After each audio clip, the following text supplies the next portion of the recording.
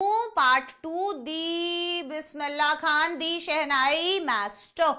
सो शहनाई जो है ना, उसको आप सब जानते हो कि शादी की शहनाई है ना, शहनाई टेम्पल्स में बजाई जाती है, कोई भी ऑस्पिशियस ओकेजन होता है इसको बजाया जाता है। तो ये जो साउंड है ये बहुत ही ऑस्पिशियस साउंड मानी जाती है।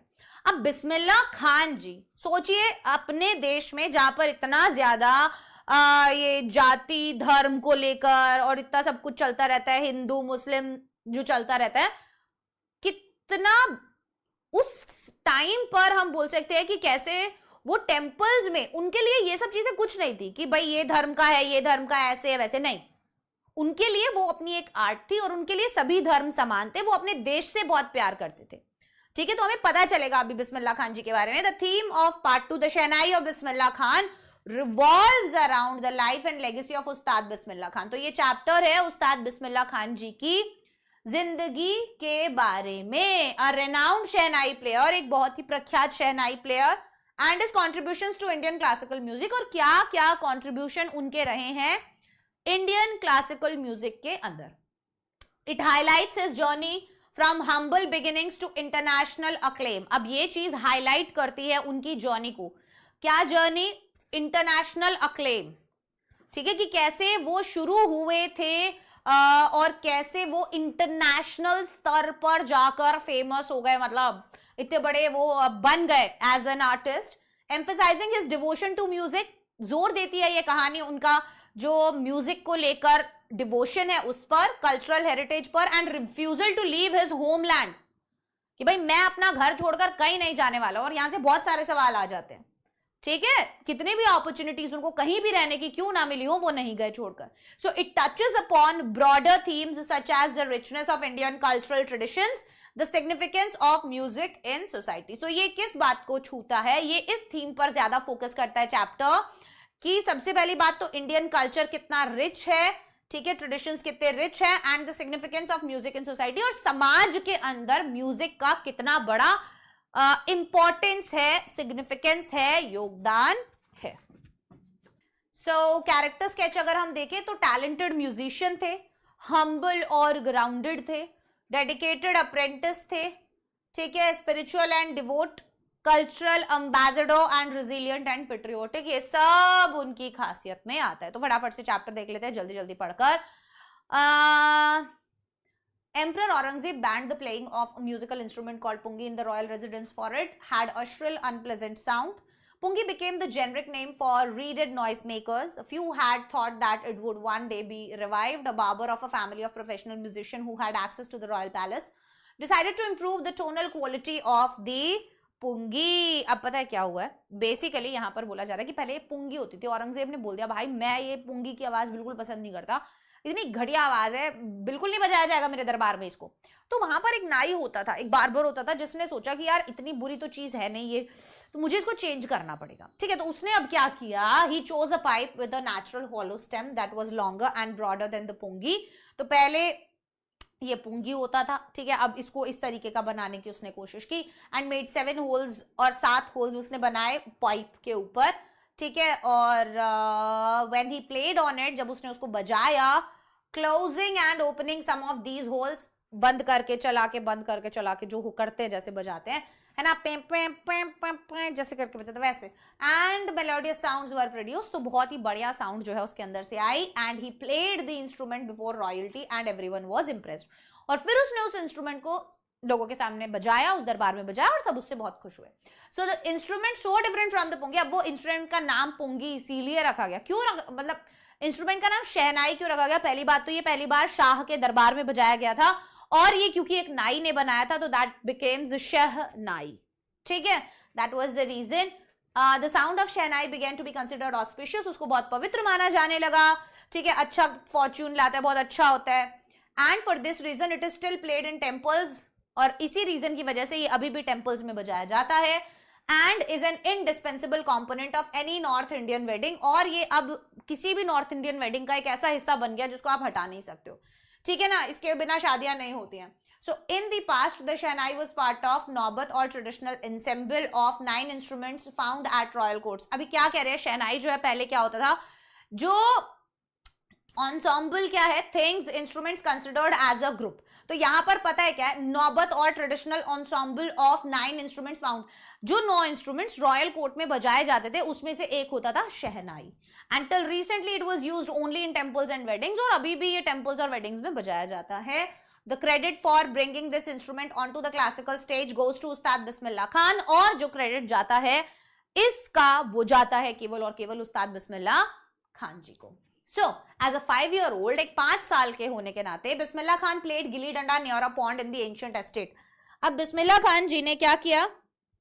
बिस्मिल्लाह खान जी ने गिल्ली डंडा जो है वो एक पॉन्ड के पास, है ना, खेला करते थे in the ancient estate of Dumraon in Bihar, Bihar के दुमराव में. And he would regularly go to the nearby Bihar ji temple, और वो पास में जो बिहारी जी का मंदिर था वहां जाया करते थे भोजपुरी चैटा गाने के लिए, जिसको अंत में क्या मिलता था? एक लड्डू उनको मिलता था 1.25 किलो का, ठीक है, प्राइस जो वहां का लोकल महाराज देता था. तो दिस हैपेंड 80 years ago, जब ये 80 साल पुरानी बात है. And the little boy had travelled far to earn the higher civilian award in India. और बोलो वहां से जो जर्नी शुरू हुई वो कहां जाके रुकी? सबसे बड़ा अवार्ड भारत रत्न जो है वो उनको मिला. So born on 21 March 1916, Bismillah belongs to a well known family of musicians from Bihar. His grandfather Rasool Bakhsh Khan was a Shehnai Nawaz of the Bhojpur King's Court. His father Paigambar Baksh and the other paternal ancestors were also great Shehnai players. तो पूरा खानदान जो है वो शहनाई के अंदर ही था. अब young boy took music early. इन्होंने भी बहुत जल्दी म्यूजिक जो है सीखना शुरू कर दिया था अपनी जिंदगी में. And at the age of 3 when his mother took him to his maternal uncle's house, और जब वो मामा के गए तो वहां पर जो थे उसने अपने मामा को देखा शहनाई बजाते हुए, तो बहुत ज्यादा मतलब एकदम इंस्पायर हो गए उनसे. अली बख्श उनका नाम था, वो विष्णु टेम्पल में जाते थे बनारस के, ठीक है. And Ali Bakhsh would play the shehnai and Bismillah would sit still captivated at hours on end. बोले वहां पर बैठ के देखते ही रहते थे उनको और इतना ज्यादा मंत्रमुग्ध हो जाते थे, तो बहुत इंस्पायर हुए. Slowly started getting lessons in playing the instrument and would sit practising throughout the day. और धीरे धीरे उसने बोला कि भाई मेरे को भी आप लोग क्या करो, इसके अंदर प्रैक्टिस करवाओ, है ना. हाँ, तो वो बोले धीरे धीरे वो प्रैक्टिस सीखने लगा, शुरुआत कर दी सीखने की, और सारा सारा दिन प्रैक्टिस करता था. अब यही चीज होती है कि कोई चीज किसी ने सिखा दी, उसका प्रैक्टिस आपने कैसा किया उससे आप आगे बढ़ते हो लाइफ के अंदर, है ना. For years to come the temple of Balaji and Mangala Maiya and the banks of Ganga became the young apprentice's favourite haunts where he could practise in solitude. ठीक है, तो अब वो बालाजी और मंगला मैया जो है और गंगा के घाट जो है वो उनका, वो ये जो एक जवान नौसिखिया जो थे, जो सीख रहे थे, उनका फेवरेट प्लेस बन गया था जहां पर वो अकेले में बैठकर प्रैक्टिस किया करते थे. ओके, ये आ गया है, ये कर चुके. At the age of 14 Bismillah accompanied his uncle to the Allahabad music conference. At the end of his recital, Ustad Fayaz Khan patted the young boy's back and said, "Work hard and you shall make it." अभी 14 साल की उम्र में बिस्मिल्लाह खान जी जो है अपने uncle के साथ इलाहाबाद म्यूजिक कॉन्फ्रेंस में गए, और अंत में जब सब कुछ हुआ उसके बाद उस्ताद फैज खान ने उनको थपथपाया और बोले प्रैक्टिस करता रहे, बहुत आगे जाएगा, ठीक है ना.